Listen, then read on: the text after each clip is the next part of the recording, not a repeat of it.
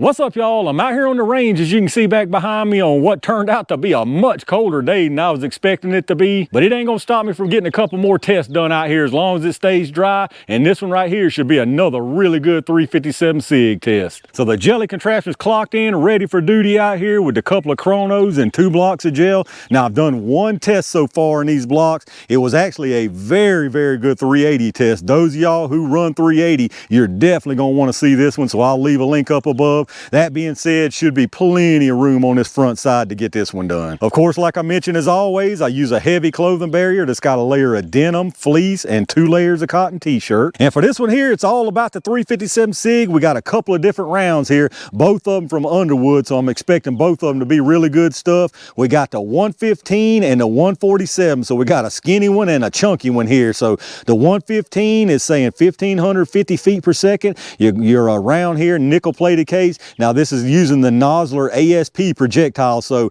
at those speeds with a 115 grain round, knowing now for sure after looking it up that it is that projectile, I'm expecting a decent amount of fragmentation from that one right there. And then for the fat one, again, we got the 147 grain. It's 1,250 feet per second is what they're saying. There's your cartridge, again, nickel-plated case. Now this one's got an XTP projectile, and it's got quite a big opening on this one here, so hopefully that'll give us some really good expansion on that. Now y'all know I'm pretty new to the whole 357 SIG game, but from what I've looked at, I don't know how I feel about a 115 or a 147 grain projectile. I think 125 is what 357 SIG was meant to be, and for some reason it's just stuck in my head that if I'm running a 357 SIG, it's going to be a 125 of some kind. I don't have any doubt that both of these are going to do really well. I just feel like if you're going to run these two weights, I don't know that I would run 357 SIG. But anyway, we got a single barrel length to run them out of out here. This is the only 357 SIG I have. This is actually my Glock 22 with a 357 SIG barrel, so effectively you're looking at a Glock 31 here. So this ought to be another good one. I think both of these rounds are going to put in a really nice performance out here, but let's get this stuff set up and let's see what they do. All right, let's see how fast this stuff's moving on out. I'm gonna do a 5-round average from each one, starting with the 115 first. Now remember, the box on this stuff is saying 1550, and believe it or not, I actually fully expect to see that. I believe we're gonna see that and probably a little bit extra. Now, like I always mention every time, again, about this lab radar, you're gonna see multiple velocity numbers, your large numbers at your muzzle, and then I've got 5 additional across the bottom. One of them set for 3 yards, which is roughly where the gel is here at 10 feet, and then you got 10, 15, 25, and 50 yards. Let's see what we get here. Again, we're looking for 1550. Whoo, that's some stout stuff. 1529. Good day, y'all. 1512. I mean, that's insanely loud. 1507. 1526. And 1532, so we didn't quite see that 1550. Let me tell you something. I mean, that's like thunder cracking off down in the distance. I don't know how well that's coming through on camera. It's not so much really glaringly loud right here like some other stuff is, but I mean, it's like thunder cracking down there in the woods. Let's check this average out. All right, so it didn't quite hit that 1550, but it is moving on out. We got a 5-round average of 1,521 feet per second. We got an extreme spread of 26 and a standard deviation of 11.3, and I'm telling you right now, that's a very different sound than, I don't know that off the top of my head, it's been a while if I ever have heard something quite with that unique sound like that. But enough about how it sounds. Let me get it reset and let's try them 147s. All right, let's see what these 147s do, y'all. Remember, the box on these is saying 1250, so we'll see how close we get on these. Much less rowdy. 1257. 1250, 1258, 1221, and 1258 again. So I think all of those, except maybe one of them, actually exceeded the 1250. Recoil impulse, It's probably about the same, but definitely not nearly as loud as that 115. Let's check this average out. All right, so that time we had a 5-round average of 1249, extreme spread of 37, and a standard deviation of 16. So right there at that 1250, I think we had one round that dipped a little lower and cost us the 1250 average, but pretty good stuff right there, especially for a 147. So 1249 on this, and if you remember on that 115, it was 1521. So you talking about, what is that, 272 feet per second difference? That don't mean a whole lot, because you're talking about 115 versus 147, basically the polar opposite ends of the spectrum here. So it'll be interesting to see what happens in the gel. I think that 115 is going to give us a lot of fragmentation. The 147 is probably going to be really nice expanding. I'm very curious to see how far it penetrates. So let's get this stuff set up. Y'all know what time it is. All right, y'all, it's Jack Spratt could eat no fat, his wife could eat no lean, jelly time. We're gonna put one of each into the gel, starting with Jack, the 115 here. I got a feeling, again, we're gonna see some massive fragmentation off this one. Let's see what happens.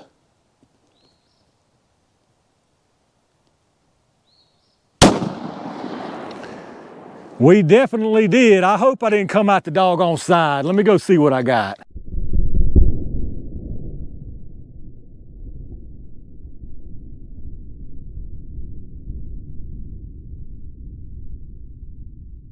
All right, not exactly what I expected to see down there. We definitely did get some fragmentation, but not quite as much as I was expecting. So let's see what this 147 does. I don't think this is gonna fragment. It might a little bit just because of the speed, but this should do pretty good right here.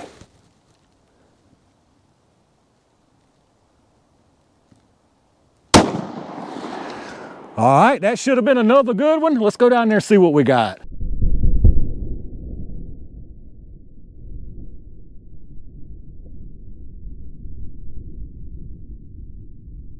Let's try a redo on that one there, y'all. It curved down and got into the bottom at the end of its travel. I think it was already done doing its thing, but may as well send another one just to make sure. This is probably gonna get tricky though.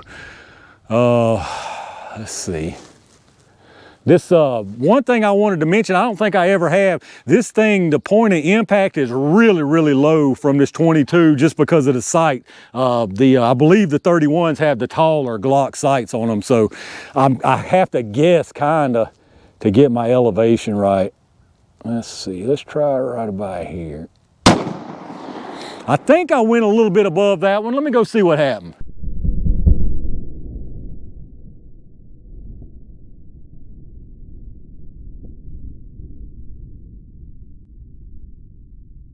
All right, let's check out what we got down here, y'all. Really, in my opinion, this doesn't excite me for 357 SIG. Those 125s, I could kind of see where people were coming from with those 125s, but this right here doesn't excite me. Now, it's got the energy, sure, and it would do its job. There's no doubt about it, but neither one of these weight rounds did exactly what they were supposed to do. So we'll start on the top right here. This is the 115, exactly what I figured this would do. This thing came in and immediately dumped a big pile of energy, transferred it all the way through. Basically, you're losing jacket, big chunks of lead back here, jacket here, big chunks of lead through here, and then there's your projectile mangled up, sitting all sideways because it mangled.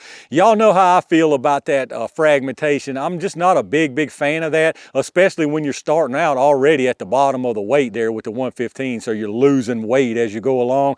Now, again, that being said, there's no doubt that this would definitely do the job, but just not particularly what I would personally like to see. So then moving on to the 147s, the one here on the very bottom, that was the first one. As you can see, again, comes in here, you got some expansion all the way through this first block. Now it curved down and hit the bottom there and kind of slid. That's why I sent another one, because it didn't get full expansion. It's got really partial or irregular expansion. So I wanted to make sure that wasn't because of it hitting the bottom. But as you can see on the second one, the second 147 looks pretty much the same when it comes in here. Nice disruption disruption all the way through that block. Very nice disruption.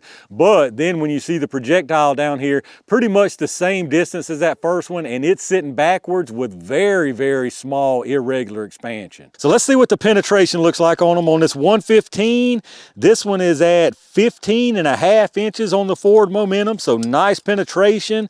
The 147s, the first one is down here stopped at exactly 18 inches. The second one is out to 18 and about a half, so 18 and 18.5 on those 147s. So the first one is probably valid, and great penetration on all three of them in my opinion. And here's your close look again. If you're going from top to bottom, it's 115 and then 147, 147.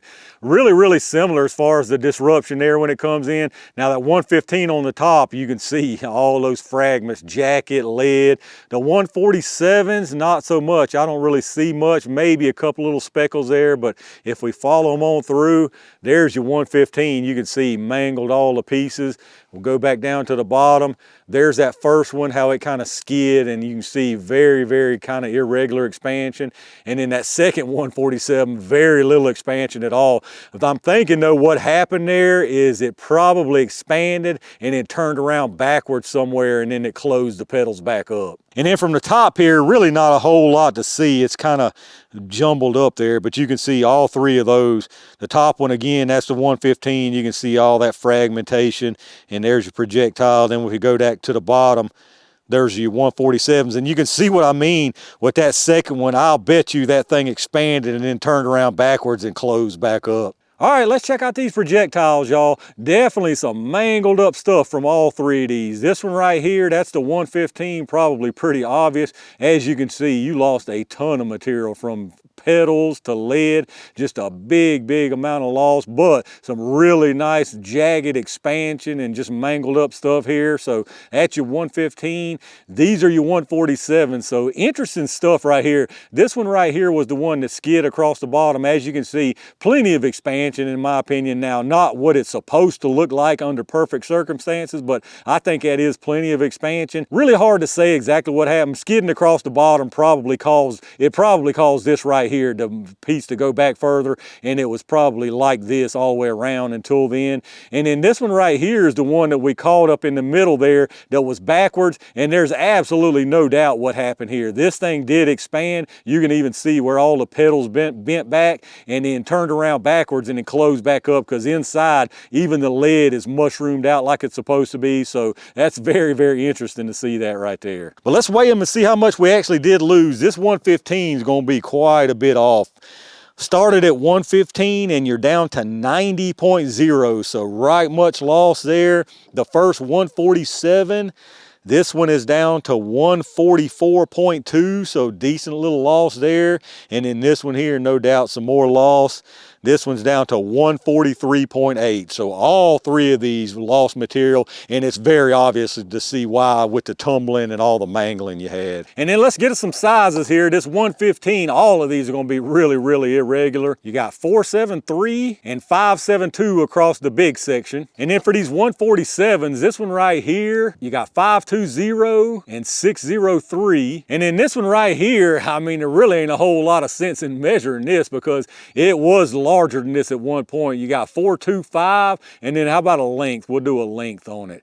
The length of that thing tumbling around was 652. So there you go, y'all. Underwood loaded 115 and 147 357 SIG. Me personally, neither one of these weights would be for me. I just don't like how any of this stuff performed, really. Now, again, don't get me wrong. All of this stuff would do the job. There's no doubt about it, and it ain't a beauty contest like I've said a bunch of times before, but if I'm carrying 115, I mean, yeah, it's moving 1,500 something, but why not just carry a little heavier 10 mil? I mean, you're still right there, and this stuff right here is loud. It's way louder than any kind of 10 mil I've tested so far. So this stuff just ain't for me, the 115. The 147, I mean, kind of the same thing here. If I'm gonna carry something that heavy, it ain't gonna be in 357 SIG. I mean, you can see right here, this would no doubt do the job, and it did expand and then fold back closed, but even when it expanded, you can tell it didn't have full expansion because, I mean, it's just a big old heavy round. In my opinion, I guess long story short, if I'm running 357 SIG, it's probably gonna be 125 125s, but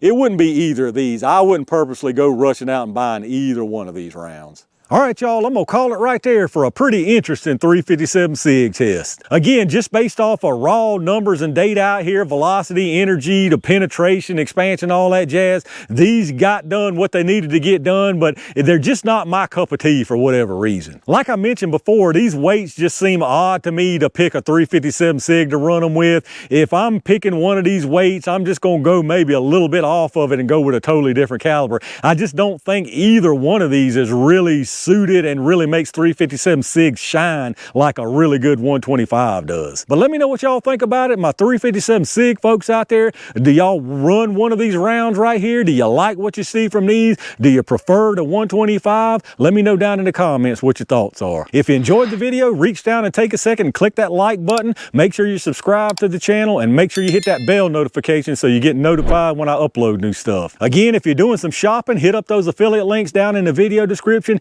Anything you buy after hitting up those links, I get a kickback from them towards the channel, so I really do appreciate that. Once again, a big thanks to my Range Gang members and every single one of y'all for supporting the channel. I've got one more really interesting test planned for out here today, so stay on the lookout for that. And in the meantime, stay safe, stay prepared, and I'll see you soon.